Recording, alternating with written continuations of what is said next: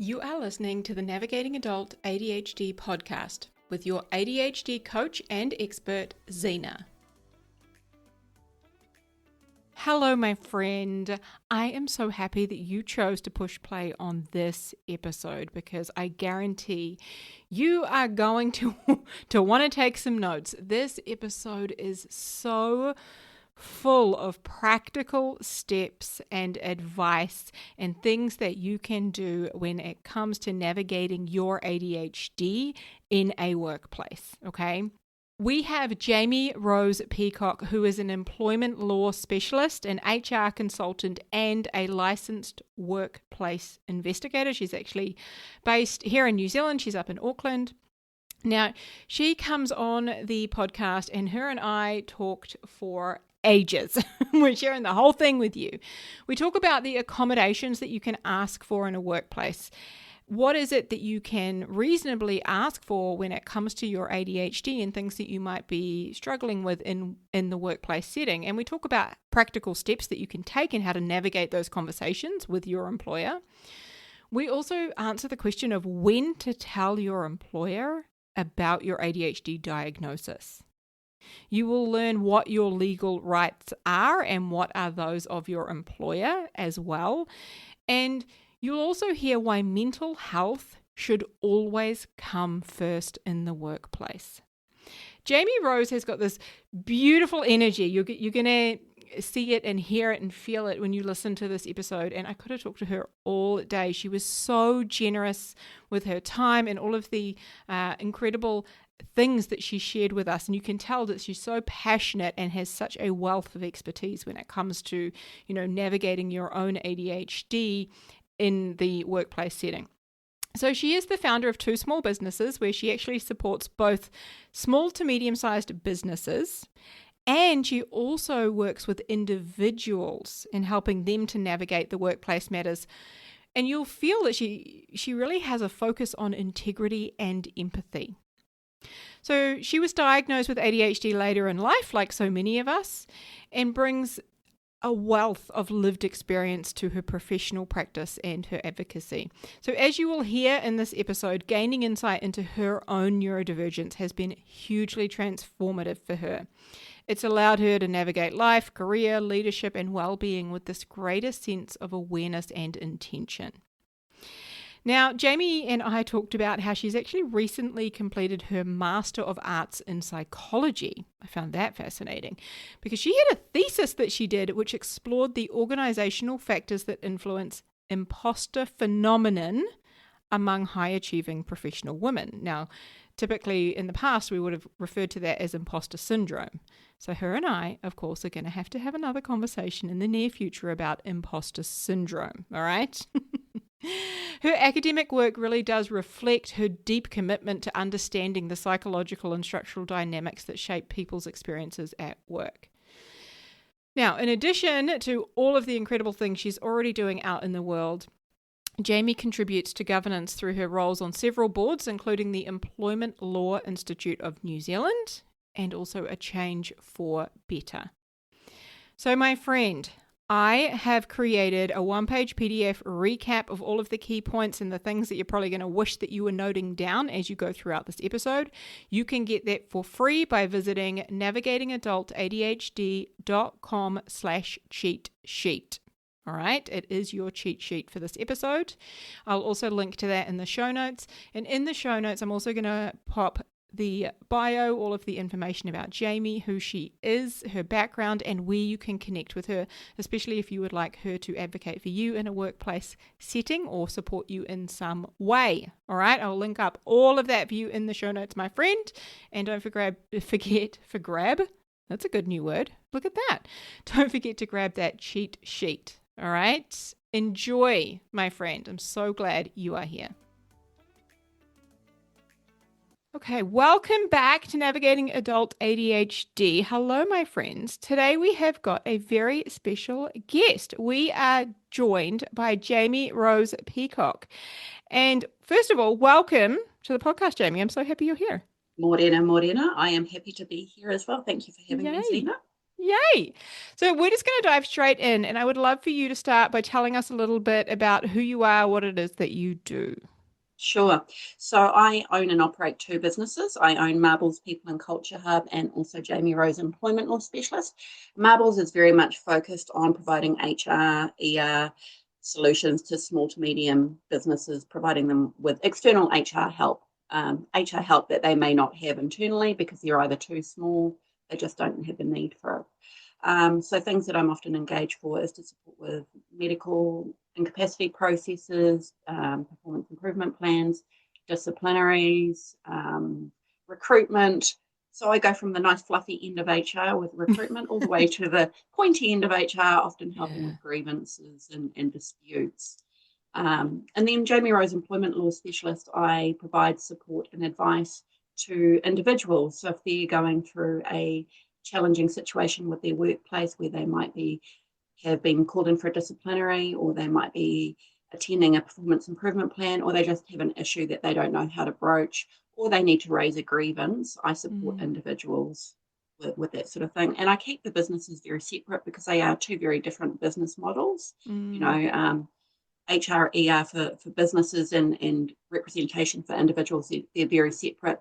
But I also like operating the two of them because it keeps me objective and in the middle, yeah. and I'm able to Mm, see both sides when I'm traversing a problem or helping mm, the two parties to come together to resolve a dispute. And I love being that middle ground. I like to be mm, objective.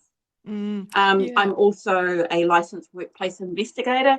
It sounds very Magnum PI type it cool. It's does. not. It's not. I Okay. do have my little badge with my photo, but it just means that I'm legally entitled and licensed to undertake workplace investigations in New Zealand. Yeah. And I'm also on several boards as well. I'm on the Employment Law Institute of New Zealand, where we're Mm-hmm. promoting ethical advocacy in the employment law space because you Mm-hmm. don't need to be licensed to be an advocate or Mm, representative in New Zealand. And mm. also the ACFB Trust, which we're providing accessibility to mental health and neurodivergent assessment. So yeah, so that's me in a nutshell. I think that's covered everything. Yeah, that's covered We're everything. we're going to go really deep, don't you worry. I'd also love to hear a little bit about your own ADHD story, your diagnosis journey, that sort of thing. Yeah. I think quite simply, I thought I was broken in many aspects Mm. throughout my life. You know, I never felt like I quite fit in the world. And I actually started looking into ADHD when my daughter was about 7, and I was looking at her going, "She ADHD? You know, there's some things going on here." She's very much you know, bit of a justice warrior and a little bit of rejection sensitivity. And I'm like, what's Yeah, going on here? But also a brain full of butterflies at the time as well. With yeah, said with that, my love, because I adore her. But I was looking into it. I was going, hey, this is actually quite familiar. And so I looked into it and I got diagnosis at 44, and it was categorical. Yep, you're inattentive and hyperactive, but my hyperactivity is internal. It's in my yes, brain. oh yes, yep, But had suffered my whole life with quite crippling rejection sensitivity as well. But also the thing that I didn't know that was highly correlated to ADHD was chronic sleep problems, and that has been my thing yeah, my whole life. I have had chronic sleep problems, mm, either really like huge insomnia or just not being able to sustain my sleep, massive anxiety. And throughout my life, I've had depression and anxiety as well. And so when I got this diagnosis at 44, it was just so validating. yeah, It made sense of all the world for me. But I think that the one thing that I have struggled with consistently in my life is work. And what I mean, not doing the work, because when I'm working, when I'm at work, when I've got a job, I'm dynamic, I'm there, I'm doing it. I'm a machine. I love work. And it's not that I didn't want to work, it's just I had trouble either sustaining work, especially in my 20s. I job hopped a lot. And yeah, I'm not just talking, simple job hop from one admin role to another. I'm talking, I went from being a nanny to a, to a car saleswoman to deciding I was going to join the Air Force, nice, which I did, but then I got glandular fever, and then I decided that I was going to get into travel. So like yeah, major job hopping, yeah, but also looking back as well, just staying in those jobs, but also I had this aha moment recently where I was like, oh, I was always getting in trouble for being away from my desk and talking to people. Well, that's because I couldn't just sit at my desk. We know that now, but Yeah. at the time it was like, just Makes sit at your sense. desk and stay there. Why are you constantly walking around talking to people? Yeah. For me though, with work, absenteeism was a major, major issue, and that was linked because I often got sick. Yeah. I now know that was linked to my sleep. My sleep was a major factor in all my Yeah. work issues. So, like I said, it wasn't work itself. It was being able to get to work because I'd either had such bad night's sleep, I became sick, or I was just unsafe to drive. And at times, my husband was like, "You're not safe to drive to work." Yeah. So, for me, sustaining work was a real challenge, and it was because of those ADHD related health problems. Well, Yeah. And it makes um, so much sense when you look back now, right? And realize, oh, well, totally. undiagnosed, untreated ADHD. Okay. Yeah. Totally, totally. Yeah. Knowing myself now, there are things I would have done differently and asked for accommodations, which we'll talk about later. Yeah. Yeah. But it's I'm self-employed now and I'm thriving. I've been self-employed for 10 years. I would never go back. I'm my own Yeah. boss. I don't have to be accountable to anybody, but also my employers don't have to have my issues become their own. I can self-manage myself now. If I've had a bad night's sleep, I can be unmotivated or a little bit foggy in my own time, not in my employer's time. Yeah.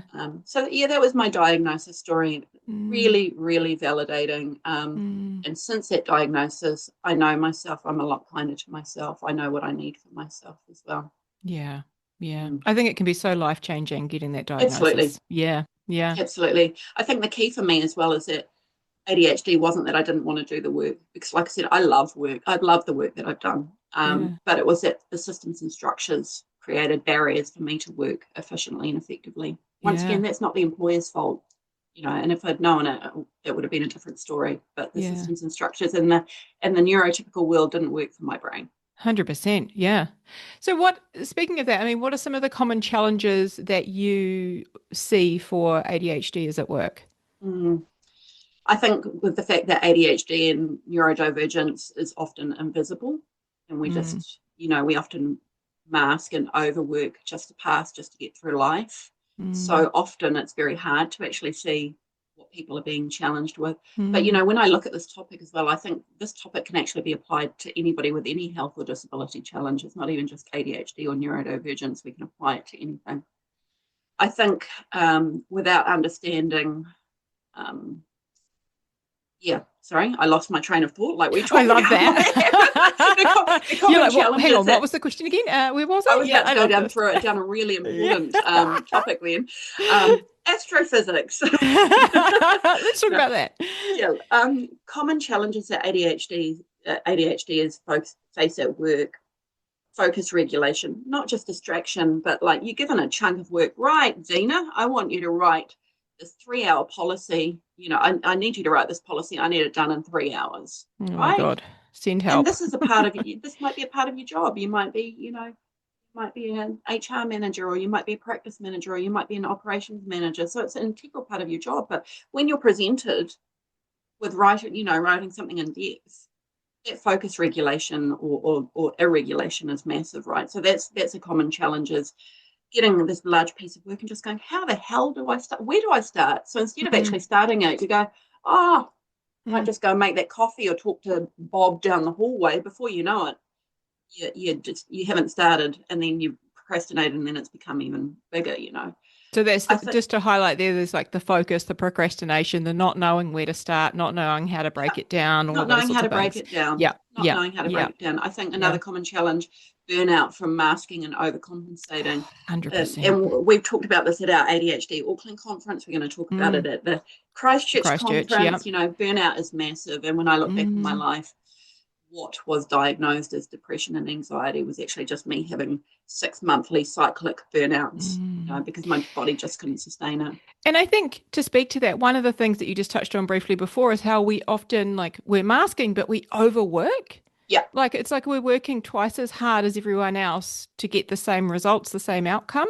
There's just totally, so much totally. of Or, that happening. So the burnout, yeah, of course. it's like, oh, I'll just stay late to get this done because I don't want Yeah. them to think I'm, not working, or I'll stay up till midnight smashing out this piece of work and then not sleeping properly. And then, Yeah. okay, I'll get up at 4 a.m. and to get this done before, and then Yeah. once again, not sleeping properly. So all these things, end up correlating to burnout. And I don't know about you with your burnout, but like I said, mine has often been cyclic. I don't get it as much now that I know myself. Mm, I can same. feel when Yeah. I'm starting to become unwell, but also my lack of sleep that I told you about. So the overwork and the lack of sleep, that would result in me having massive burnout, which then Mm. resulted in absenteeism. You see this Mm-hmm. cycle. Mm-hmm. Um, and for me, in many of my jobs, because I was dynamic, I loved working. I would often work 72 to 80-hour weeks when I was there, but then I'd Mm. end up crashing and burning and needing a whole week off. I can so relate to that too. I remember going into work when I wasn't having to work just because I Yep, wanted to be there. yep, Like I've had jobs yep, and like offering to work 6-day weeks because I loved it so much. Like yep. thinking back now, I'm like, no wonder I got so Right? burned out or like left, under this cloud. Like, But yeah, then do you think maybe there was some dopamine seeking in that behavior, 100%. right? A Like dopamine I was seeking and getting this, validation yeah. because you felt wanted and needed and Yeah, like, I yes, I'm at felt work. productive. I felt Yep, good. I felt, yeah, like I was so stimulated in that environment. I loved it. I enjoyed it. Like I was learning new things, all of this. So I wanted to be there. Yeah. And then I sucked yeah. the life out of it almost. Yeah. And then you end up burning out, and then you're no good to anybody, and then your Right. poor employer is going, well, where's Zena? Where's Jamie? Yeah. Yeah. And we're going, oh, work's made me sick. So that's one thing. So another Mm, common challenge, absenteeism, like I said, often health related. mm, Another massive one for me, Zena, I don't know about you, rejection sensitivity dysphoria. It was a really common challenge for me and many ADHDers. I would have heightened anxiety about criticism. If a boss came to me and was like, can we have a chat? I'd be like, oh my God, I'm going to get fired. yes. Like, what's Yes. happening? Or if I got a text going, Yes. can you come and see me tomorrow? Performance improvement plan. Sometimes it was just like, hey, you're doing a great job. Just wanted to let you know. Well, could you actually just put that in the text message? Right. No, right? Actually So that be I can not have a sleepless night or, right, be thinking about all the jobs I need to apply for and updating my CV because, absolutely. But Yeah. also, I was a crier. I've always been a crier, which I now know is highly correlated to my RSD. I actually find crying quite cathartic, and It I actually actually helps can't. regulate your It nervous actually system. It does. is I a actually good can't thing. Yeah. remember Yeah. the last time I've actually Yeah. cried because I know myself well now. But Yeah. over my working history, I'd cry if I got feedback. And I remember this one workmate that I had in London. She was like, and this is before women even knew that ADHD was a thing for them. We're talking 15 years ago now. God, Yeah. Jamie's such a crybaby. What? And Yeah. such a Yeah. crybaby. That's just the way that I Yeah. coped. And So now that you know that so often that comes back to that, those feelings of being rejected or criticized yeah, or having failed in some way, that RSD element, like it makes so much sense. But again, like even thinking back through my past work history, I think of so many times where that showed up. I remember working in the travel industry and I was running a team of agents and we're booking, trips for people and you're having to provide quotes and so on. And I was just scared sometimes to give people the price and have them say that's too much. Like it was a too much. personal attack, Yep. or no, we're not going to go ahead with that holiday. And so much of the job now I can understand felt like I was failing or being criticized or rejected in some way. You know, so many elements of it constantly on edge. And now that makes a lot of sense in my brain. And I Yeah. was also I was a corporate travel consultant. And Mm-hmm. if somebody even slightly said, well, you've done this wrong, I just Mm. like hyperfixate on this one mistake, and it would actually send me into sleeplessness for a Yes. night. Yes. Oh Yes. my goodness. And I'm still very much like that to a degree. Interpreting emails, and often I will sometimes I just actually now know that I'm feeling RSD, and I have to just ground myself and walk away from it and Step actually just away. go for a walk or something. Yes. Yeah. So that's a massive one. I think some of the other common challenges as well. Structure, it can be too rigid, too suffocating. It's like if you've got too many KPIs, you've got a manager that's just like, I hate using the word micromanager but if you've got a micromanager, that can then, make you feel suffocated, but also that RSD then comes into play. And Yeah. then then you hit the burnout and the focus dysregulation, and it's just like this. It's just a snowball And effect. that, when you say structure, it's so interesting because in my brain, I'm like, yes, too much structure, but also if there's not enough, Yeah. Oh, yeah, totally. it can have that same sort of aimlessly floating around, a lot of procrastination kind of a, like I don't know what I'm meant to be doing, or, like some people with, not having deadlines. Oh, no, just get it Yep. to us when you're done, like that kind of a thing. Not enough structure. I do not like Oh, that. And even, struggle. you ask my clients, and I'm militant with saying to my clients, right, when do you want this disciplinary letter back? Well, no, that would be urgent, but when do you need this policy back? Yeah. Oh, whenever. No, please tell me, when do you Yeah. want it back? Otherwise, you will just get it back whenever. So all my Which key could be clients, next year. it could be next year. It And if could they be. don't give me a timeline, it will be next year Yeah. because I'll just look at it. We were talking before about submissions for things. I'll be like, whereas, my key clients now know, they go, just by the 10th of October, please, Jamie, would be great. And I go, cool. So, I've got that Yeah. in my head. So Yeah. I think too much structure is not a good thing. But then we also thrive on some structure. But I think the structure for a good structure for an ADHD is just having a clear job description, Yes. um, metrics if they're needed. Don't just make up metrics and KPIs for the sake of it. Yeah.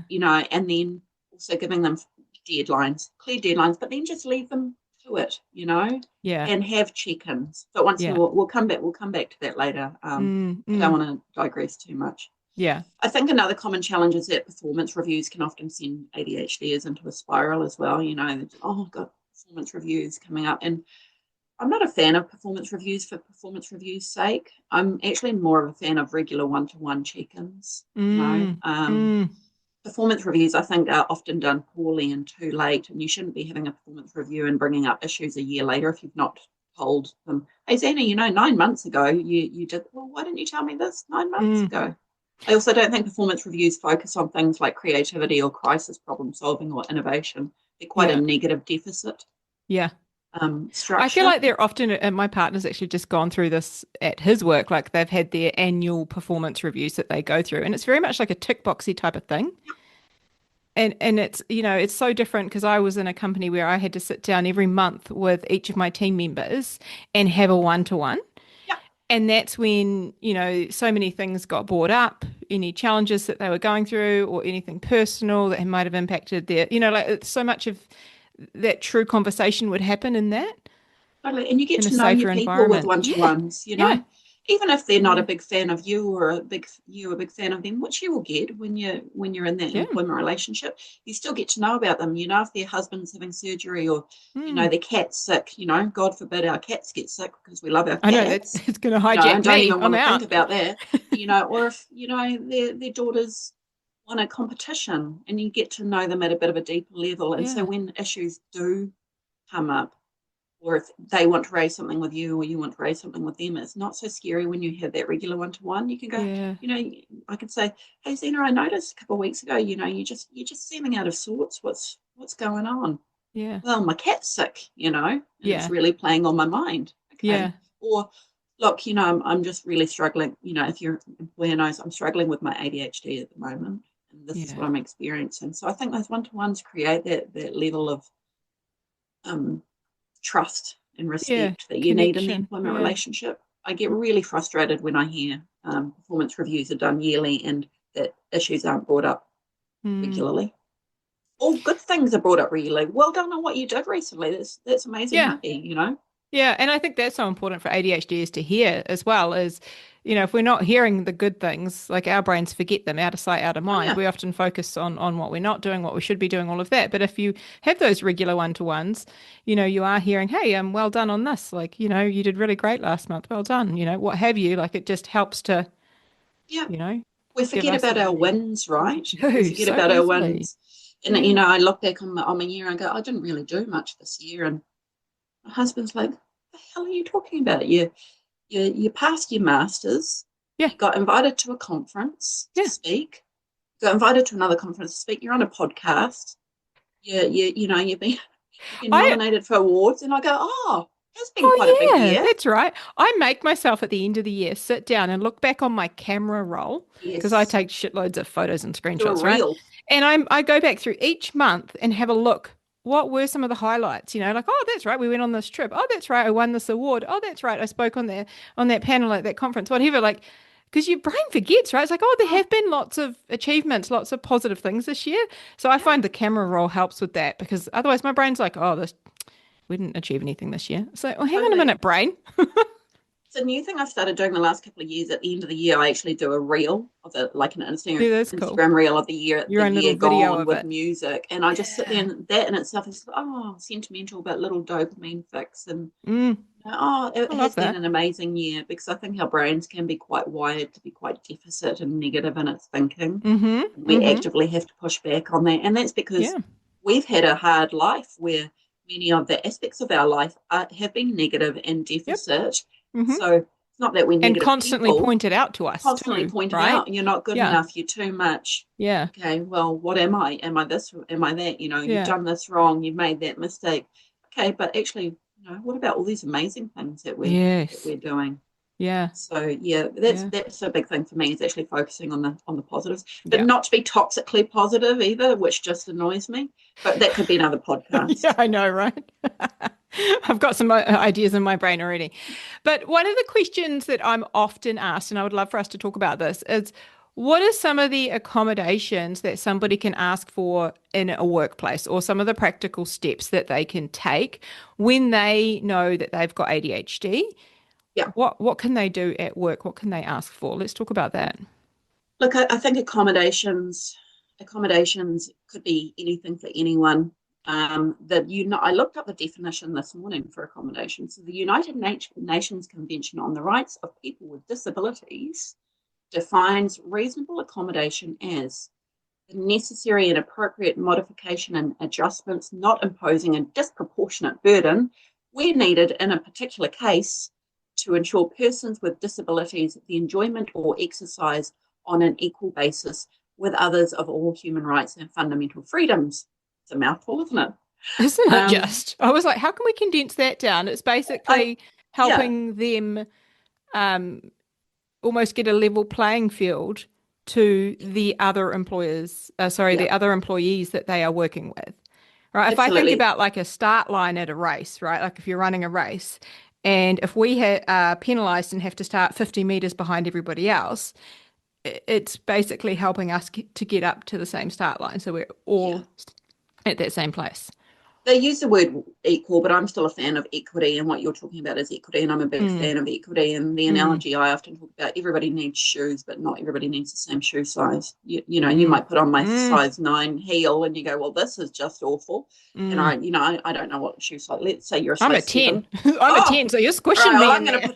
I'm gonna put Ow. on your size 10 running shoe, and I'm gonna trip over myself, Yes. right? Yes. So everybody needs shoes, but not everybody needs shoes the same size. I really, really like that analogy. And Mm, so, in terms of the workplace and life in general, the accommodations that we need are not going to be the same for everybody. Now, for mm, me, if I look back on the fact that with my major sleep issues, the fact that I wanted to work, but that I struggled to get to work, a reasonable accommodation for me would have been to ask for staggered start times or just flexi time. Hey, when I get to work, I work well. I know I need to work my 8 hours, but can you let me just slide my 8 hours as and when needed? Now, in the yeah. role that I was doing at the time, that would have actually been entirely able to be accommodated. Hmm. But you don't know what you don't know, right?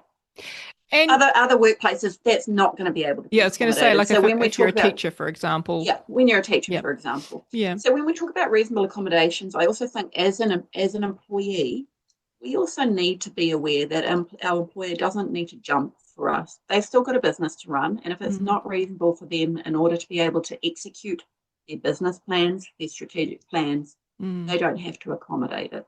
mm, But pursuant to Section 4 of the Employment Relations Act, employers and employees have to work in good faith with each other. Now, good faith broadly means to work responsively, constructively, productively. Okay, so I may come to you, you may be my boss. I go, Zena, look, I'm really having trouble with my start times. Is this something that you could reasonably accommodate? Now, in good faith, you would need to go away and consider it. And you may come back and go, look, Jamie, that's absolutely fine, but I might just suggest that we make these tweaks. Or you might come back and you might go, no, we just can't. mm, I'll come back to that later of sort of what an employer has to do and doesn't and have to doesn't, do. yeah, But yeah, in terms of looking at accommodation, so it's different for everybody. It doesn't need to be dramatic. It can be small. It could be saying to your boss, look, I really struggle with sort of verbal instructions. Could you put this into a written instruction, or could you give it to me verbally and then put it in an email? Okay, Yeah. that's an accommodation. Now you may just think that's common sense, but something Or for could other people. we, I'm just thinking on the back of that, could we add an AI agent to our Zoom meeting that transcribes it or takes the key points so that I then have something to refer back to? Like Totally. I've got some notes, right? Like that's not even the employer It's probably doesn't even have to pay for that. It's not going to take any time. It's just something that it's will help me. Yeah, little is things a like that. reasonable Yeah, accommodation. yeah, yeah. Things like regular check-ins. We talked about noise cancelling headphones. Now, Mm, some employers may have a policy of not having headphones, but why? So maybe that yes. you go, look, I know we've got a policy. Um, this is actually an issue for me. I'm really struggling with the noise around me. It's Mm, compromising my ability to work well. Could I have noise cancelling headphones, or could I have discrete little loop yeah. Tiny little headphones? loop And earplugs they or may something. actually Yeah. go, look, I don't even know why that policy is in place. It seems a bit sort of Mm, old school. So that could be an accommodation for me. I need music when I'm working. Like, I need music. I have Spotify playing 12 hours a day from the time I walk in my office to the time I leave. And I yeah. need that, you know. My husband, that would drive him delulu. But for me, Mm. that's what I need. My Spotify playlist does not know what to make sense of me in terms of my music taste. Mine's the At same. It's the end terrible of when the it year, it's tries like, to like create those like it tries to do a Spotify DJ and I'm like, what the yeah, hell are you playing that for? Like, I'm not in the mood for that. Like, I'm so with because you. you listen to it, Zena. Yeah. Or an accommodation might be just a particular project management tool, something like Trello. Could we put all this Mm, on a Trello board? Body doubling. It wasn't until I found out about my ADHD diagnosis that I learned about body doubling. mm. And there were particular days in my masters I was really struggling to get my masters done. I said to hubby, hey, I've learned about body doubling. Could you just come and sit in the corner of my office with your book? I don't want you to talk. Just Yeah. come and sit into Just my be there. office and be Mm, there. mm. He's like, cool. So I've got a lovely comfy armchair. So he came and sat down. 20 minutes later, I was in flow and I looked over him and I'm like, oh, you can go now. So, Yeah. like, just little things like that. And I don't know Yeah. what it was, but it's that kind of accountability of somebody being there. I know I've got to start typing. And I get then that in it's a just, cafe. I go to a cafe and I feel right, like everyone's watching me. They're not. Nobody gives a they're shit what I'm not. doing. But I'm like, oh my God, it's got to be so productive. Can't be on Facebook. Right? Right. So it's those Yeah. little things. There's also body doubling apps now as well. But, Yeah. for Yeah. somebody that works better with somebody, but if you're like me, sometimes I work better with somebody, but I actually don't want anybody in my room. So I'm a little bit of a paradigm. But Or it could be I that don't want them to talk. I don't want want them them to there, but I don't talk. want them to talk, right? So Yeah. it could be like, right, okay, Mm. with this project, Zena, can you sit with Jamie? But she's going to put her noise cancelling headphones on while you sit with her. Yeah. But you're body doubling and you've got the silence, Yeah. or putting music on in my headphones. One of the things that we talked about earlier, when we talked about recording this, is asking that question of what do you think you need? Absolutely. And I loved that you said that because I think it's not necessarily expecting the going to the employer and saying, I need accommodations for my ADHD. It's, well, What, where am I struggling? What do I think could help?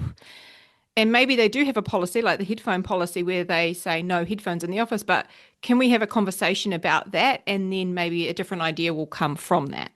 yeah.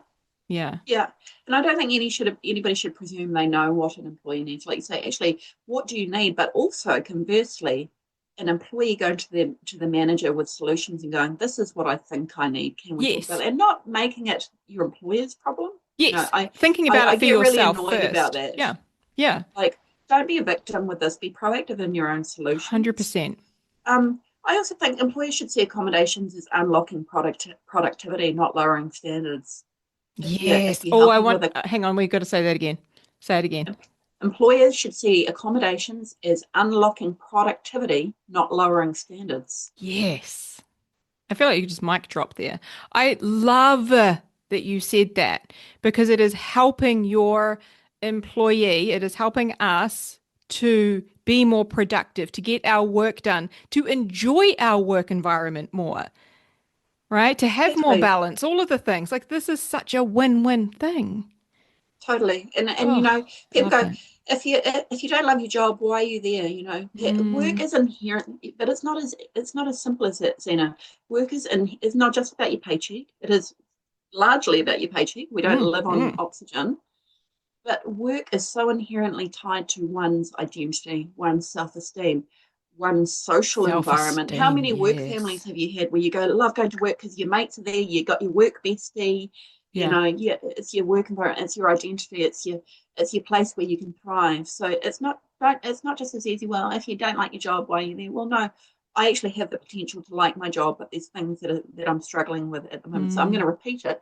Employers should see accommodations as unlocking productivity, not lowering standards. mm, Um, and I lovely. think helping with accommodations also, it reduces the cognitive load of people constantly having to think about what they can do to make themselves better in the workplace. It's freeing their Mm, mind up of that cognitive load so that they can just go in and mm, do their job efficiently mm, and effectively. For me, I now know that self-employment is the best option for me. Like I said, I can be my own boss. If I'm mm. struggling after a night of sleep, it's in my own time, not my boss's. But I also, like I said, I've got music playing. I've also got a box of fidget toys on my desk. Me um, too. my cats come in, I get my little yep, there you Yeah, go. you My get the cats cat come in, I get my fix. little oxytocin fixes throughout the Yes, day. They've got their cat yes. beds.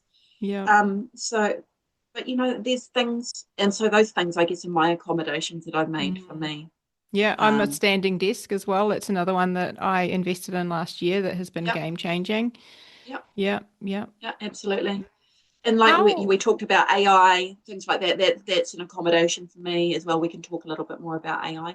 I think an important thing to talk about as well is that under New Zealand law, so Part Mm. 6AA of the Employment Relations Act 2000 is about flexible working. Mm-hmm. So if you are somebody that needs flexible working, this is something that you could apply to your employer for. You write a letter Mm-hmm. and say, pursuant to Part 6AA, flexible working, I am applying um, for the right to request flexible working And what does arrangements. That that could be, mean? yep. So that could be you requesting a change to your hours, to your days, to your location, to your pattern. So it's So, quite a like, I broad work from definition. home one day a week, or, Yep, start late a couple of days a week, or what have you, just based on whatever your needs are, yep, etc., yeah, best absolutely. support you. Yeah. Okay, You don't need good. to disclose why you're applying for it. You don't need to tell your boss, I'm applying for it because I've got ADHD or because of my ADHD. And That's good to know. yeah, yeah. So you Okay. have a right to privacy. And we can actually talk about when to tell your employer and when not to if you want to come That to that. and I actually do, because that's one of the questions I get asked so often is when Mm. do you when do you tell them about your ADHD? Yeah. When do you not? And Yeah. it is a balance. But for flexible working, you don't need to give them a reason because you have a right to protect your own privacy under um, the Privacy Act Mm, 2000, 2020. Sorry, that was the old one, 2020. All the lawyers mm-hmm. will be going, um, but you have a right to protect your privacy, and you only have to disclose it under certain grounds or when there is a fair reason for your employer to know. Now, if your employer doesn't need to know that you've got ADHD, you don't need to disclose it. So, under this Flexible Working Act, you have the right to request flexible working. You don't need to tell them why. You might choose to if you've got a good relationship and your boss already knows. Yeah. Requests must be in writing and considered in good faith by your employer. So we talked before about that good faith. Mm-hmm. They've got to give you a decision within a month, so 20 working days. Employers can only refuse on specific business grounds. So they may refuse because it's going to cost them more. It may impact their quality. They may have an inability to reorganize work. But if they don't have specific business grounds, um, they can't just say, I don't feel like giving it to you, Yeah. or I don't trust you. That So doesn't actually, suit us or whatever. it Yeah. doesn't suit Yeah. They us. need to have a valid And I, business related reason. Mm. I think COVID has taught us that actually the majority of people can work pretty efficiently, either from home or flexi time as well. But like I Mm. said, once again, it comes back if it doesn't suit the business model. Mm. Mm. A teacher can't just request flexi hours. They need Yeah. to Of be course. Like in, they need to be right? in school teaching their class between certain Yeah, hours. yeah. Yeah. And Yeah. so for them to say, well, I want flexible working, and be like, well, no, that's not going to work. But it may, like you were talking about travel consultants before, it may be that they could even do staggered shift. Somebody Yeah. might start the day or you might Yeah. And finish. somebody else finishes it. Yep. Totally. How do you So yeah, it could approach? it could mean later start, remote work, different work patterns, small Yeah. changes that make a big difference. Yeah. like you say, yes, small changes can make a big difference to us. Yeah. How do you approach that conversation with your employer? Like if you're wanting to request accommodations, etc., how would you recommend approaching that? Because I know a lot of people struggle with just that. I don't know what to say. I've actually got a subheading, how to approach the conversation with an employer. There we go. Look at Yeah. us. I think framing it around that good faith, we talked before about that Mm, section for openness and constructive problem solving. So don't mm, just go to them and go, I've got a problem and I need you to fix it, or mm, expect them to do something about it. Go in and focus on solutions. Look, this is a situation. This is what I'm struggling with. This is how it's impacting me. Here's what helps me do my best work, hmm. right? And Here's I what, think that's doing your homework ahead of time, right? yep, Like I always say to people, make notes yep, and ask yourself, what's the outcome you want here? yep. Right. And what's going to help us to get to that outcome? Well, if we were to do these three things, that would really help me to be more productive, to, enjoy my work more, what have you. And it's a win-win. Mm. It's going to reduce their time and stress. There's nothing more Yeah. stressful than an employer having to deal with a management issue or a medical incapacity issue with their staff members. So if you go to them with, here's what helps me do my best work, and emphasize that it's a reasonable accommodation, not just special treatment. Mm. Now, this is where AI, the beauty of AI comes into play, because Yeah. I've often talked to people and said, okay, so you're telling me, you're actually giving me a really good business proposal here. So if I was your employer, what you're telling me is really smart. Go and put it into a business proposal. Tell Mm. me what you need, why you need it, what the impact of not having it is, and what benefit it's going to have. Go and put that into AI. Put your key points into AI and go, can you please write me a letter or, a business proposal to my manager with these key points to emphasize the benefit of to them and to me. Mm. Go It's to going to Chat spew out. GPT Go and yep, ChatGPT. it's free. Now, Do that. obviously, AI comes with its challenges, and it needs to be used ethically. I always say Hmm. you need to make sure it's coming. These are your words. That it's not Hmm. the AI is not making it up Yeah. for you. It needs to be done ethically. The amount of documents and emails I get through. Dear, dear sir, it is with great delight that I Oh apply my with a God. huge enthusiasm for this. No, right. It needs to be in your own You need to words, still but personalize it, It'll give you personalize a it. Go, rough draft or like a template to work from, but make it you. Yeah. Absolutely. Go through and take out the M dashes. It's really Oh, I telling when you see know, M right? dashes. It's like, oh, AI's written that. If anybody doesn't know what an M dash is, it's the larger It's dash, like which a little dash. I love the little dash, but the little it's like dash. twice as long. It's like this Yeah. giant dash. It's like, ugh, So I apparently, know. I got explained to it, it's the width of an M. So that's why it's called Oh, an M that's why dash. it's called the M dash. Yeah, it is. It's And the extra other one is an wide N dash. So the little because it's one is an. little. There Yeah. we go. We digress. They're not quite astrophysics, But but I'm happy to know this. so go through it, and make it Yeah. personalize this letter Mm, to make it sound like you. mm. AI does hallucinate as well. So I don't know if you know about hallucination, but it makes things up Yeah. because Oh, it is, 100%. I yeah. So literally, the AI episode likes that to please, it does. right? The episode that will come out before us is on using ChatGPT and AI. And one of the things I say to be mindful of is fact check it because all it wants to do is please you, right? So if you're using ChatGPT, and you need some factual information or research, you need it to back that up because it will tell you that you were an All Black in New Zealand and you've never played for the All Blacks. Yeah. This happened to my friend. So It is an got to check absolute that shit. sycophant. It is Yeah. a sycophant. It'll take, but Yeah. then you could actually ask it an opposite question and go and challenge it, and it goes, "Oh, you're absolutely right. I got that wrong." Mm. So I've called it out on a number of things. I said, Yeah. "Are you lying to me?" It's like, "I'm sorry. Yes, I'm sorry. I was lying to you." I was telling you what I thought you wanted to hear. Oh, God. So I mean, Yeah. it's a great tool when used for. I think the key thing is release that cognitive load. You're struggling to get something 100%. out. ChatGPT, write me this. Give me an idea. Mm. It'll create a template, and then often from there, I find that I will then get into flow, and I'll Yes. generally change most of it Mm. anyway. But it's given me a It's structure helped to me work with. start, right? It's given me like a template and it's helped me start and kind of get the ball rolling. That's how I feel. Yeah. It's Reduce that almost a bit of a cognitive body load. double, isn't it? Really, Yeah, if you think about sometimes. it. Yeah. Yeah. But yeah, I So agree. yeah, and Using so AI is a great way to do it. Yeah. totally. So Yeah. write me a positive letter to my employer. So frame it in that good faith. Here's what helps me to do my best work. This is what would, help me. Even if it's not flexi working, it's just something else like the headphones. And then actually put on there, I would appreciate if you could please review this and get back to me by XYZ date with your thoughts. So then, because whilst it's not a legal request, because it's not a flexible working request, it's just an accommodation request, actually giving your employer, a time, so that they then also have something to work to as well. And if you don't hear from them, follow up with them. Yeah. Follow up. They too may have ADHD, may have They may forgotten. do, Who knows? they may do. Right? Yeah. Yeah. But I also think as well, writing.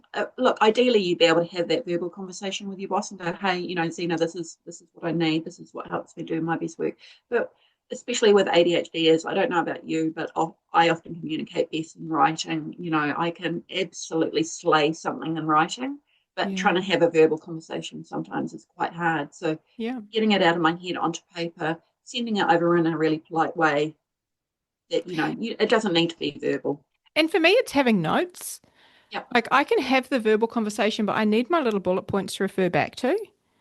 Like even when I'm giving like a keynote, I still have little bullet points because I will forget or I will go off on a tangent. Right? No. No.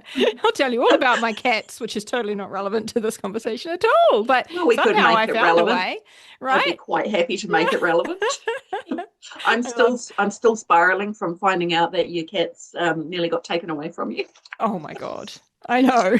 Right? How dare somebody do that? But if we were to come back to like I think we've kind of briefly touched on this and I'm mindful of time, but like the employee, like employer, right? Our boss, right? If we're talking about like our boss's legal obligations or if you are the boss, what does the law sort of say or when can an employer say no to an accommodation? I feel like we've kind of covered that. Is there anything else that you want to add? Like obviously it needs to be fair and reasonable and not negatively impact the business's ability to achieve its goals and function and run and do what it's there to do. I think a good employer would also come back with a compromise. I mean, I know that I would have as a manager. I can't do this for you, but this is what I can do for you. What do you? And that's good faith, right? Right there, it's constructive.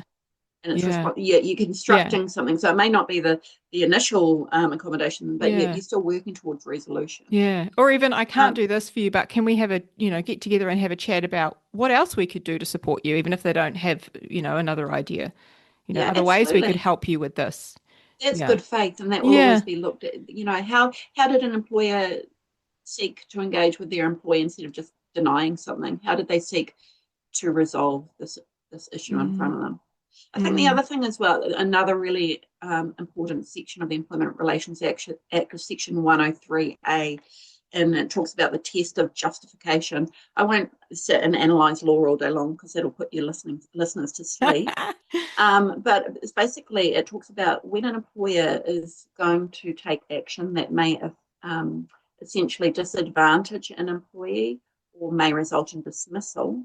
There's certain things that they need to do. So they need to allow somebody to get a support person or representation. They need to seek genuine feedback. Genuine feedback from who? From the employee. From the person who's before going taking through action. this. So I'll give you an example. Yeah, cool. So say you're the employer, you're not basically you're calling me into a disciplinary situation because you think I'm taking too much time off. Or a performance improvement plan because I've been off too often. So you would need to basically, and it may basically, as a result of this meeting, this process, you may be taking action, either a warning, or you may be invoking some sort of medical review process, or you may be actually proposing to terminate me because I'm just not fulfilling the requirements of my role. Yeah, this is a very, very in-depth situation that I can't give you all the possible contextual outcomes. But as a fair and reasonable employer, you have to give me the opportunity to know all the allegations, what the issue is. You need to give me the chance to go out and seek representation, legal advice, representation, and you need to have a meeting with me or a process where you seek full feedback from me about what the situation is. Now, I will come into this meeting, you've given me this opportunity, and I could go, Zena, you put these allegations to me that I'm off too often, but actually I need to let you know I've been diagnosed with ADHD, and this is actually a medical issue. Mm. This is not a performance issue. It's not a misconduct issue. It's a medical issue. I'm really struggling with my health. I'm struggling with, getting to work on time. I really need help. Now, Mm. at that point in time, as a fair and reasonable employer, this is established in case law, FG, I've forgotten the case now. Isn't that terrible? The Don't case worry, is because as soon as relevant. you tell us, we're going to forget it too. So it's okay. Relevant case is FGH versus RST. You can look it up. Now, we talked about this in our pre-planning session, Zena. The employee had known mental health issues, but I've actually gone back into the case. She had ADHD as well.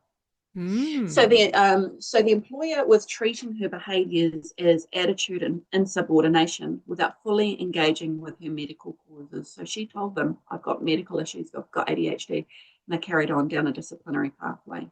Now, Wow. basically the employment court held that the employer failed in the early process. They didn't give full and genuine consideration to the health factors. So when I come to you and I say I've got ADHD, I need help, can you please help me? They should pause the process at that point in time, because it's not misconduct, it's not performance, it's medical.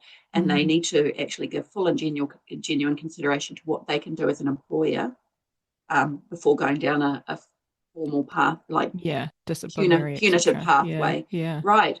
What help do you need, Jamie? Do you need, do we need to make accommodations? Do you need some how can time I off? It support doesn't you? need to be at their cost, but do you need to take some leave without pay to, Yeah, to get some help? yeah. Only then, when all those things are satisfied, should you be looking at a more punitive process, because an employer has also a requirement to, in a duty to look after their employees, the health and safety of their Mm. employees as well. Mm. So the later, when the employer then paused, sought medical input, adjusted the process, and then carried on later on at a later date, the employment court found that their actions were then reasonable in all the circumstances. Yeah. Um, so, yeah, Section 103A is a critical point in time. An employee cannot just come to you and invoke a disciplinary or a medical process or a performance improvement process without hearing your response and giving full and genuine consideration to your responses as well. And when you are looking for a representative for that, so if you want to seek out some sort of legal help and somebody to help you through that process, one of the things I remember you saying to me is that it doesn't have to be a lawyer. Can you elaborate on that? Yeah, absolutely. So, under Section 236 of the Employment Relations Act, I love my Employment Relations Act, you are entitled to have a support person or representative present, representative in any of your employment dealings. It does not need to be a lawyer. So, Mm. for myself, I am trained extensively within the space of employment law. I can act in many ways in the same capacity as a lawyer. But I've gone through a different pathway of learning employment law to lawyers. Now, I don't want to get lawyers' backs up, because I have a huge, great respect for my lawyer colleagues out there, and they do a phenomenal job. And there's a time and place for lawyers as well. But in something like this, where you're needing somebody to act for you, to have a voice for you, to come in and represent you in a disciplinary meeting, it doesn't need to be a lawyer. It could be your friend. It could be Marg down the road. It could be Good. you. What Yeah. I would say, though, is that you need to find somebody that does understand the process, does understand employment law, does understand the principles of good faith, but it does not need to be a lawyer. So there are many, many ethical advocates and employment law representatives out there who are not lawyers, but have trained extensively within the field and operate within the mediation space, operate within Mm. the Employment Relations Authority, but they're not lawyers. So you could go out and find an advocate. What I do say is that when you are seeking somebody, that you do find an ethical advocate. Now, this is not a plug for the organisation that I work with, ELINS, but Employment Law Institute of New Zealand. They provide membership for advocates who are basically screened for professional skill, competency. Mm, mm, They align themselves to the ELIMS code of conduct. They continue with professional development throughout their career as well. mm. So don't just go out and get MAG down the road, but you also Yeah, don't need to get a lawyer. You can get an advocate. And yeah. sometimes lawyers with their hourly fees, it just creates a Oh, I barrier can for people imagine needing help, it would make it unrealistic for many you know. people. Yeah, So, yeah. an employment law advocate or representative can make access to justice more affordable. Mm, You can find people that work on a contingent basis. So, that is often called a no win, no fee. That does have its benefits, but you also need to be careful what you're signing on for. Or it may be that an advocate or representative has much lower hourly rates than a lawyer does as well. So mm, yeah, you don't need to be represented by a lawyer. Conversely, as well, you don't need an advocate just to step in when things go bad. You could come to the likes of somebody like myself and go, Jamie, look, I've been diagnosed with ADHD. I want to talk to my employer about it. I don't know what I need to do. And I could step in and act as your voice and just basically reach out to your employer and go, hey, I'm Jamie Rose. I'm Jamie Rose Peacock. I'm speaking on behalf of Zena. She's got some concerns that she wants to raise with you. She doesn't feel comfortable doing that herself, and she's asked that I represent her on these matters. So it doesn't even need to be at the pointy end of pointy end of mm, HR. It can be mm, just when they're needing help at that initial stage as well. mm. Yeah, wow. One last thing, and let me Mm, know, do you have time? Because I'm mindful that in absolutely. true It's, time I could talk for ADHD another time hour. I blindness won't. fashion, we've gone over what we did say we were going to do. One thing I would love to talk about is burnout because Yep. I have seen so many people who have come to me for coaching or just had conversations with people in our community who have experienced ADHD burnout and had to take time off work as a result. Mm, And one instance recently, this person, their employer then contacted them and said, "Look, we're going to have to let you go. Like, we can't just leave your position open like this." And this person had a medical certificate, and it was very messy. So I'm really curious, like, when somebody does experience burnout and they are going to need more time off work, and potentially they do have a medical kind of sign off, what have you, what rights do the employees have here? yeah. Because seems like a real grey area to me anyway. So, Comes back to that section 103A of a fair and reasonable employer, making sure that they've considered everything fully and fairly. One of my fundamental questions to that would be, is it their ADHD or is it their work causing the burnout? And because there could be an interplay here. and what if it's both? So an employer's got an obligation to actually fully look into that and go, is there an issue within the workplace that's actually um, compounding Mm, this employee's ADHD and leading them to burnout? mm, So look, an employer doesn't have to hold a job open, for months and months and months. But what they do need to be able to demonstrate is that they've been fair and reasonable and looking at all factors before making the decision to terminate. mm, Now, there's also no case law around how long or how little a job has to be held open, but again, it's what's fair and reasonable. So the mm, employer should be having meetings and actually saying to this person, look, this is an issue. And they're saying, well, you know, I've got ADHD, I'm suffering burnout, work is making me sick. And then the employer actually going through a process of considering all accommodations that could be made, or all risk mitigation. What could we be doing to make work easier for you? And until they've actually been able to demonstrate that they've been fair and reasonable and done all that they could reasonably do, it's only at that point that they can justify termination. But if you're mm, just coming to me preliminarily with what you've told me, I would be saying I don't think they've done everything that they could fairly and reasonably do. So I would be having extensive engagement with that employee to go, like, what can we look at to be able to be fixing things to help make work better for you?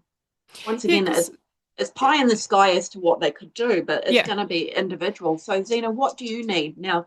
yeah, You could be going, look, I'm really struggling with, old mate sitting next to me talking really loudly. yeah. That's actually called, okay, so can we move that person, or Or the workload, right? Like so the often I see workload. that we're rewarded with doing well by being given more work. So the workload may have been manageable initially, but it's gradually crept up and up and up and up. And now it's like the workload I can't keep up, so I'm working, nights and weekends and staying, all these things. So And it comes down That's to that something I, people pleasing and that yeah, overwork we talked yeah, about as well. So I would be saying as well, lack of come back to sleep. that equity discussion with the shoes. Are they Mm, giving that much work to other people in the same role? So as an mm, employee, maybe not. So then, okay, so are you actually treating this employee fairly and reasonably, or is your management and your expectations actually impacting the employee to the point that their ADHD is getting worse and they're burning out as a result of your work? mm. So things an employee could be doing, a time and motion study, looking at the work that they've got. Is this actually, is this fair and reasonable to consider this able to be done within the 40-hour week or the 30-hour week? Are there, a review of the job description? Is there anything that's fundamentally changed on here that is no longer fit for purpose? Is there work that they're doing that could actually be given to an administrator or a manager? Mm. That are the hours sustainable? Are we expecting this of other people? Is this equitable? Are You we know, expecting this of other people? are Like, we yeah, expecting this of other people? that's And an so, no, interesting they one. can't just basically, if the person's got a medical certificate and they're struggling to come to work and they need time off, that can't just be declined. Now, the employee shouldn't expect that they're going to be paid for it if they've run out of sick leave. However, Mm. if they've got a medical certificate saying that they're not well and they can't attend work, the employer can't just decline it. And they do actually need to look into why this is occurring. Yeah. So it's really contextual. And I think this is where the beauty of getting external help from the Oh, likes of an advocate 100%. or representative or lawyer, or Citizens Advice Bureau, or there's great sites to look up. But sometimes Yeah. just actually picking up the phone to somebody like myself and going, "Hey, Jamie, this is the situation Yeah. now," and um, lawyers and legal representatives will always have a question put to them, and the answer is it depends because it is so contextual. But Yeah. something like what you've talked about, I would be breaking it down. Okay, so what's the employer done? How have you Yeah. approached this? Has your role changed? When did you notice you started getting sick? Have you raised it with your employees, with your employer as well? Too many times I see people come out of their jobs and they want to take grievances. It's like, well, did you actually raise it with your employer beforehand? No. Yeah. Yeah. So you didn't give them the opportunity to make it right. Yeah.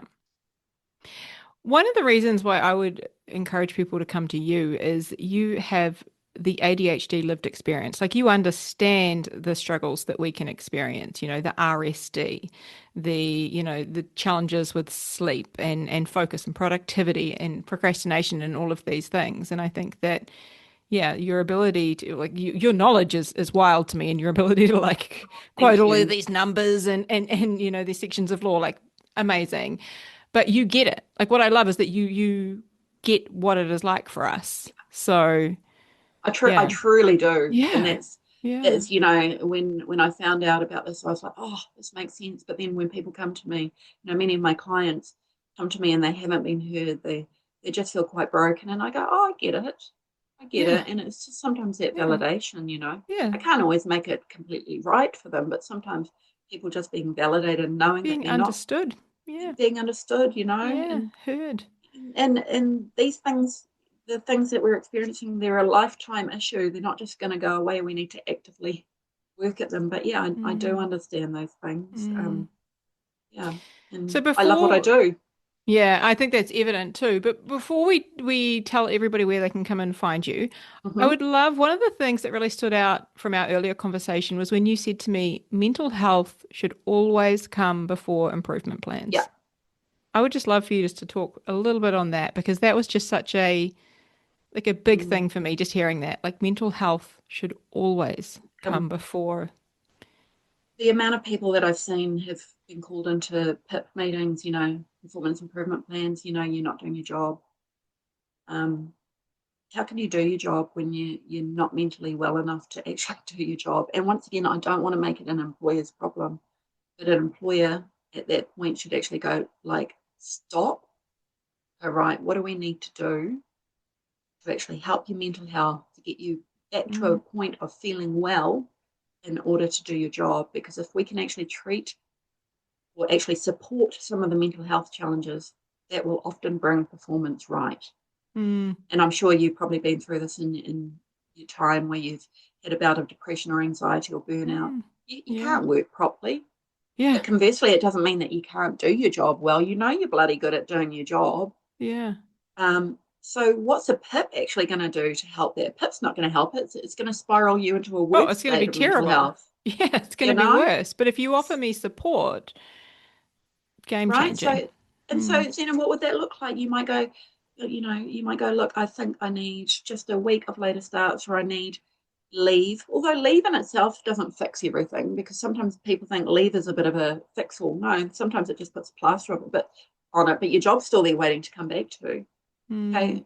Or do you need longer lunch breaks, or do you just need to work in a quieter office this week? Or mm, do you need time off to see a counsellor? Do you want to access mm, our EAP mm, program? We've got our EAP program. Not everybody mm, wants to talk, but so all these things. So what do we mm, need to do? What would help you at this point in time with making you feel mentally better? You mm, know, so for me, often feeling mentally better, I need a couple of days of just having a little bit more time to get up in the morning, without throwing me into meetings first, straight away. Or I might be having several days without meetings, mm, giving me a week at my desk without meetings. mm. Um, Yeah, but giving me at just a no week to point, catch up, no a PIP meetings. is only going to Mm, exacerbate issues. It's not going to make mental health 100%. better. So No. actually pause. What can we do? And if Yeah. you as an employer don't know what to do, go out and get your own HR help, or your own, um, you know, uh, Advice. Yeah. advice. Yeah. Yeah.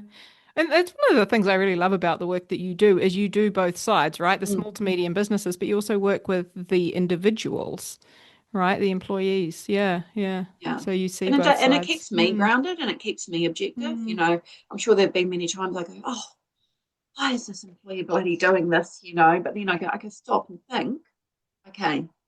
And I say to my employee clients, could it be possible that, they'll come to me, oh, Tina's off again for the fifth time this month, and she seems away with the fairies.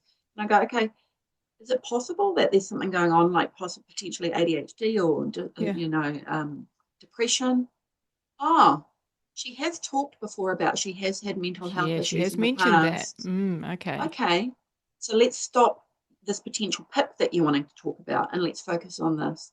Let's Mm, actually call her in, let her know what the meeting's about. Don't just send her a text. Call her in, tell her not to worry, but that you're concerned about her, that you want to talk to her, you've noticed this, and you want to actually talk to her about it and see what's going on.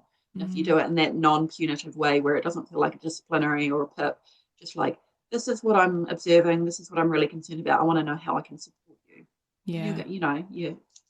and then all along it was potentially about your ADHD and your mental health. It wasn't a performance issue. And sometimes just knowing that you're able to be heard and seen Yeah. can help exponentially. Yeah. 100%. We're talking about when to tell your employer, when not to, because we did touch on that before. You don't have to tell your employer that you've got ADHD or autism or anything else, so long as it doesn't impact your ability to do your job or impact the safety of your job. Now, if you're ADHD, if you're applying for a job as a machinist, you have ADHD, diagnosed ADHD, and that potentially it could be a risk, that is a situation I would be disclosing. If it could be a risk, yeah. Also, if it is legally asked on an application form, do you have any form of diagnosed neurodivergence? I If you're believe legally it's, asked, you actually have to legally tell if yeah. you are legally asked. I believe like for the police force, at least here in New Zealand, you have to Yeah. disclose things like that. Yeah. Yeah. Same Yeah. with same with all the military. So you do Yeah. have to disclose it. But if you suspect that you've got ADHD but it's not diagnosed, you don't have to Yeah. disclose it. It's not. But you can also still ask for accommodations even if it's not diagnosed. I suspect I have ADHD. I'd like to ask for some accommodations. You know. If you think your ADHD is negatively impacting your ability to get your work done, is that a situation where you would recommend disclosing Absolutely. it? Yeah. Absolutely. Yeah. But I always do say as well, look at how vulnerable you are. Do you have a good, trustful, respectful relationship with your boss? I absolutely would. But if you feel like it could be weaponized, or is going to Mm, be is you're too vulnerable and it's going to make it worse for you, I would be seeking advice on that as to whether you think you should legally disclose it. mm, Um, However, like I said, when it does yeah. come down to health and safety, I absolutely Absolutely. say you, Yeah. you need to tell people if you're working in a safety and sensitive And role, or it's going to impact your job to do impact your ability to do your job well. And Also, don't apply for jobs where you think your ADHD is going to be exacerbated. yeah. Be realistic. Yeah. Don't apply for a job you don't think you're going to do well at. Yeah. You're only setting yourself up for failure. Also, one thing where it could need to be disclosed is if you're having to do drug tests and you are somebody who's medicated Yes, with methylphenidate, amphetamine, like a stimulant-based medication, no doubt that's going to show up in a drug screening. So that may be absolutely. a situation where you would need to disclose. Yeah. And that comes down to that safety Yeah. aspect. Yeah. And the majority of roles in that sort of situation will have application forms where it does ask that sort of question. And you do need, if you legally ask, you need to legally tell. Because What if if it's later found out that you've not disclosed it and it was a question that was legally asked, it could actually result in a disciplinary or a process or a withdrawal of the job offer. What if you did not know you had ADHD when you were employed? You've later found out, but it was a question on your application, right? And you probably can't remember that, to be fair, but you've later found out, you've worked at the company 10 years, you found out Yep. 2 years ago you got ADHD. Do you need to disclose then? Only if it's Only if it's relevant to your role. relevant. And that's where Yeah. I would be seeking advice. And it's Yeah. so contextual, Mm, like cool. your job, and you've found out in the last 2 years. Do you need to tell your employer? Is it impacting the safety of you or your colleagues or the public? Probably not. Is it Yeah. impacting your ability to do your job? Probably not. If it was, I would be going and Mm, telling them. And this is where it also comes back to good faith for the mm, employee. Section 4. You remember what yeah. I told you? And Where if you have a good relationship, Yep. that's probably going to be a conversation you may want to have. But if you don't, like you said, or if you feel vulnerable or like it could be weaponized, yeah, it's good to know that you don't need Yeah. to do Yeah. that. And likewise, Mm, when an employer is seeking, so if they went down a medical incapacity process for you, and they were wanting medical information from your medical provider, they can only seek information that is relevant to the job. They can't seek all your personal health information. They can only seek health information relevant to the job. So it mm, may be that your doctor even says, I don't think that your ADHD is relevant to your job, therefore I don't think you need to tell them. Or mm, they may go, no, it's absolutely yeah, relevant. It yeah. is so contextual. And look, I'm sure there'll be other employment law practitioners sitting here listening to this going, why didn't you tell Zena this, that, or the other? We could, like I said, it's so contextual. Yeah. It It's going to depends on depend so many so much on the job, circumstances. the role, the company, all Yeah, different things. yeah. Yeah, And so yeah, many yeah. ways to skin a cat. Mm. I hate Talking that about skinning saying. I can cats. see you shivered visibly. I was like, we need to swap it out for possum. Okay. I like possums as I well. know I they're actually cute, like but possums. oh, Um, I love it. Well, yeah, look, so I yeah, think we've covered off a lot of so what we're going to talk much. about. Yeah. And Yeah, we've already talked about having another episode because there are so yep, many things that we want to talk about. But Jamie, I know that our listeners are going to be so grateful for this episode and everything that you have shared because this is a question I am repeatedly asked. I see it come up in so many communities all of the time. What are our rights? What are the accommodations? What can we do? What do we need to disclose? All of these things. And so this again has been incredible. And your passion and enthusiasm and your knowledge just it really does shine through. So tell our listeners where they can connect with you if they're wanting to, whether that be follow you on social media or your websites for reaching out to get thank advice. you. How can they find you? So if you're an employer wanting help, you can get me through www.marbles.org.nz. I've got a contact page on there. I'm also on Facebook, Instagram, LinkedIn. Jaime Rose Employment Law Specialist, also on all those platforms, and I'm on www.jamirose.co.nz. Jaime is Jaime, because everybody always gets it wrong. And my phone number is 0800 100 347, and you can also get me on WhatsApp as well. And I So will I'm link across all of multiple that. forums. You Yeah. can find me anywhere. Yeah. Find me anywhere. I'll link it all in Um, the show notes too, just to make it super easy for people because we forget pretty quick if we oh, we haven't totally paused to do. write it down. So I'll just link it all up in the show notes for Yeah. everyone. Yeah. Yeah, and But yeah. and just look, I always tell people, whether employer or employee, reach out to me. A 5 minute chat is far easier than making a massive mistake as an employer or Mm, employee, because that mm, goes both ways. And a mm. 5 minute chat can Yeah. make all the difference. Can And if make a you're not a world of difference. talker, Because I'm not always I'm Send an not a phone email, talker. Some people are messengers, text, yeah. like Messenger. Just flick me a text message. I'm Yeah, really happy to chat through that as well. awesome. I'm across all forums. Yeah. Thank you so much, Jamie. And I look forward to having you back again soon. Thank you for having me. It's been so exciting. I was really nervous, but like I You've said, I could have nailed been it. here for another hour. I know, right? Hey friend, if you want some more help navigating and thriving with ADHD and some help applying everything that you're learning here on the podcast, then head over to our website, navigatingadultadhd.com.